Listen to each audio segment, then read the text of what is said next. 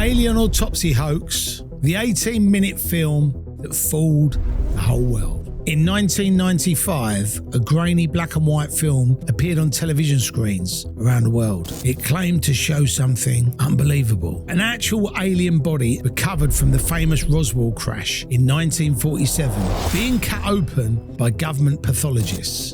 And the bad thing is this: millions of people watched it. Some laughed it off straight away, some were terrified. Some believed they were finally seeing proof that aliens had visited Earth. And for years, this footage lived in that strange place between obviously fake and, but what if? Then over a decade later, the men behind it admitted the truth. The alien was fake, the autopsy was staged, the body was a model, the organs were animal parts. But even now, the story does not end cleanly.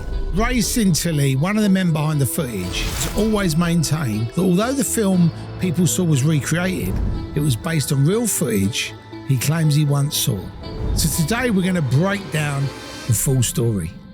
To understand why the Alien Autopsy film hit so hard, you have to understand Roswell. Roswell is not just a place in New Mexico. Roswell became the centre of one of the biggest conspiracy theories in modern history. The basic story goes back to July 1947. At first, the Roswell Army Airfield issued a press release saying they had recovered a flying disc.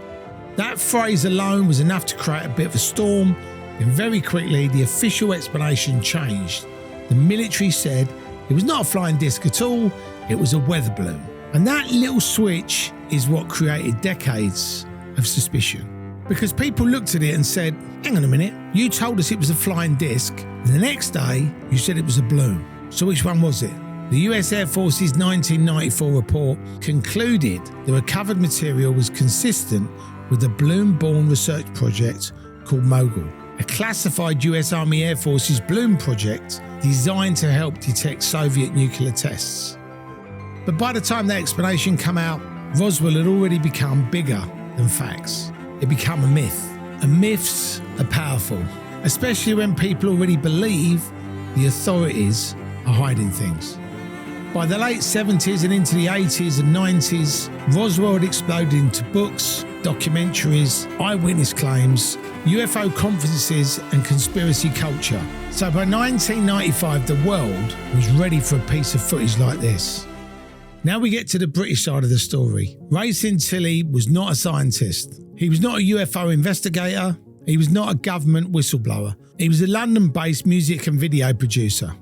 According to the story, Santilli and his business partner Gary Schofield were in America in the early 1990s. I was in Cleveland in 1992, and the reason for being in Cleveland was that I was working on a music documentary.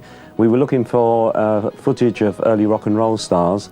We made it known to the music community, the fans of people like Elvis Presley and Pat Boone and so forth, that we would be in that area. During that trip, Santilli claimed he met a retired US military cameraman who had filmed something extraordinary back in 1947. We purchased some music footage from this person. He explained to me that in the mid-50s he worked for Universal News as a freelance cameraman. He started talking about what he was doing prior to 1952. He just said to me, look, would you be interested in something else? And then he started explaining that prior to 1952 he worked for the military, and that he had calls to go to White Sands, New Mexico, and that he filmed an aviation crash, and that he filmed the autopsy of something that I would find very interesting. The story goes that this cameraman had been present after the Roswell crash and had filmed the autopsy of an alien body. Think about that pitch. You're not just saying, I've heard a story. You're saying, I've got the film. Santilli claimed he saw the original footage, believed it was real, and wanted to buy it. And when I first saw the film, obviously I wanted to buy it. But this is where the story starts getting strange. According to Santilli's later explanation, by the time he had secured the money to buy the film, much of the original footage had degraded or become unusable. So he and his team supposedly decided to recreate or restore what he had seen. Now that word restore is doing a lot of heavy lifting, because to most people, if you create a film using actors, props, fake bodies, fake organs and a set, that is not a restoration, that is a reconstruction. And if you then present that reconstruction as genuine archival footage, people are going to call it a hoax. So what did people actually see? The alien autopsy footage was around 17 or 18 minutes long. It was grainy, black and white, silent looking footage that appeared to show people in protective suits examining and cutting open a humanoid body. The body looked small, large head, big eyes, a swollen belly, thin limbs, a strange wound on one of the legs. It had all the classic alien features that people expected, and that is important. It looked like what people in the 90s imagined a Roswell alien would look like. The room feels basic, clinical, sealed off, and this atmosphere of secrecy. It had just enough detail to make people lean in, but not enough clarity to fully expose it. A reference book, Once Upon a Telephone, that's a history of the telephone, says that that the wall telephone, as we see it there, was not introduced until 1956. But not for the military. See, that's, well, I heard there's, and I'm not trying to... Again, the claim is made, no one has ever shown any document, any book, any reference of any kind. They just say, sure, the military had it. That was the genius of it, because people often trust bad footage more than good footage. If it looked like a Hollywood film, everyone would have gone, that's fake. Because it looked like something you were not supposed to see, it felt authentic. Then came the broadcast. In America, Fox aired Alien Autopsy, Fact or Fiction, in August 1995, hosted by Jonathan Frakes, who a lot of people knew from Star Trek: The Next Generation. The program became a sensation. If what you are about to see is real, it's the most startling film footage in history. Although we remain skeptical, some experts believe this is authentic footage of an alien life form. That title is important. Fact or fiction. They are saying we're asking the question. And remember, this was 1995. No Twitter, no TikTok, no YouTube comment section, no Reddit thread debunking it frame by frame within 10 minutes. It became a global talking point. It was sold internationally. It was repackaged for home video. It was debated in newspapers and magazines. Now sitting here today, it is easy to laugh. It is easy to go, how did anybody fall for that? Because to understand this story, you have to look at the timing. The mid-90s were perfect for this. The X-Files had made conspiracy culture mainstream. UFOs were cool. Roswell already had the missing pieces. The crash, the change in official explanation, the claims of a cover-up. So when the alien autopsy appeared, some people felt like this is the missing piece. This stirs me because I have a lot of belief in this subject, as well as others, that we tend to have the scientific community take away from us, or as the government as well. And I can't take that as not being evident that there is definitely something for our curiosity, for us to investigate. You believe it's genuine? Oh, totally. Plenty of people thought it was bollocks from day one, but enough people wanted it to be true, and that matters. Because a good old hoax does not just fool people with what it shows. It fools people by giving them something they already want to believe. Even at the time, there were serious doubts. Experts questioned the medical procedure. Film people questioned the production. UFO researchers themselves were split. Time magazine reported in 1995 that UFO researcher Kevin Randall believed extraterrestrials had landed at Roswell, but still thought the Alien Autopsy film itself was a hoax. The same report said effects designer Steve Johnson viewed the footage for Fox producers and thought it looked fake, but his comments were not used in the program.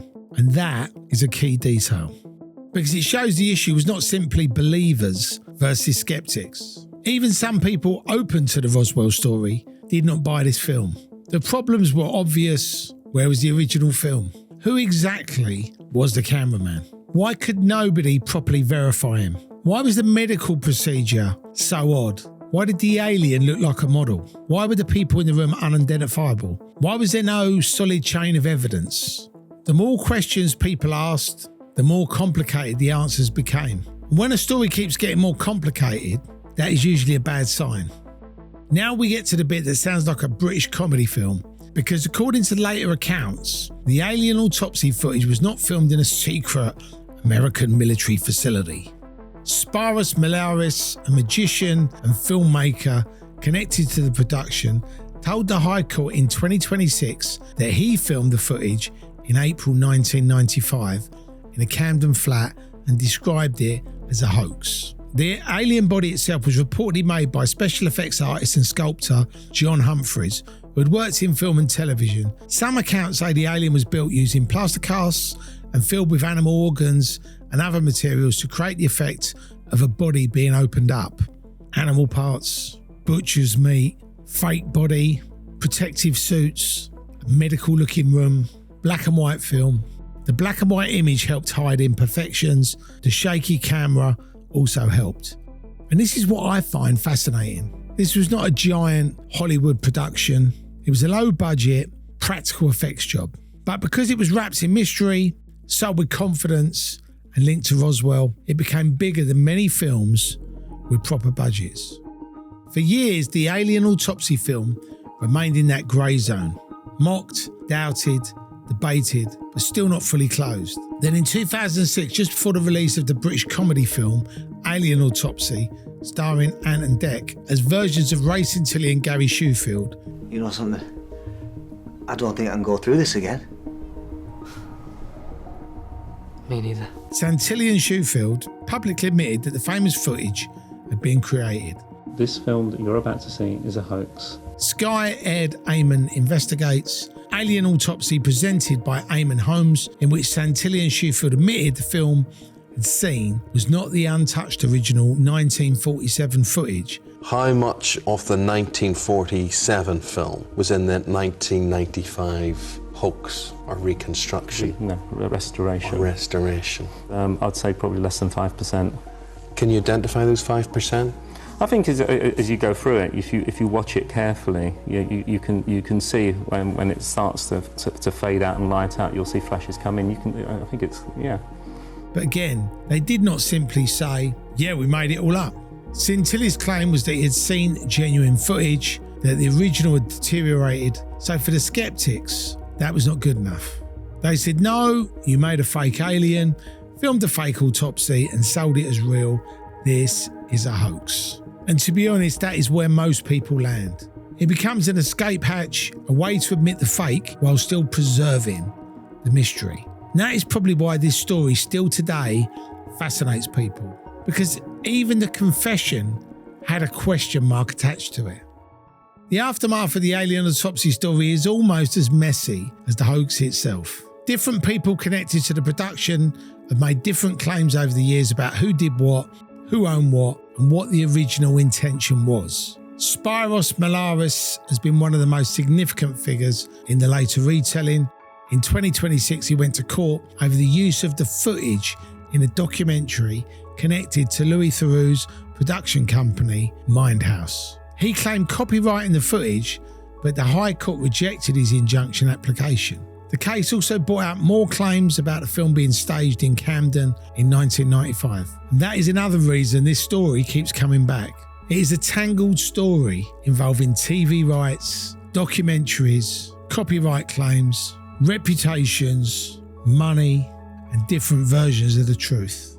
And the new Sky documentary, The Alien Autopsy Scandal, has recently brought the whole thing back into public conversation again, revisiting how the footage became a global phenomenon and how the people involved still frame the story differently today.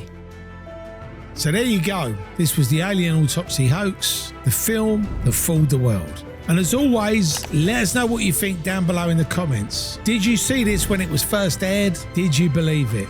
Did it scare you? Or did you know straight away it was a fake? Let us know you got this far by commenting Nanu down below. Make sure you like, make sure you subscribe, and we'll see you on the other side.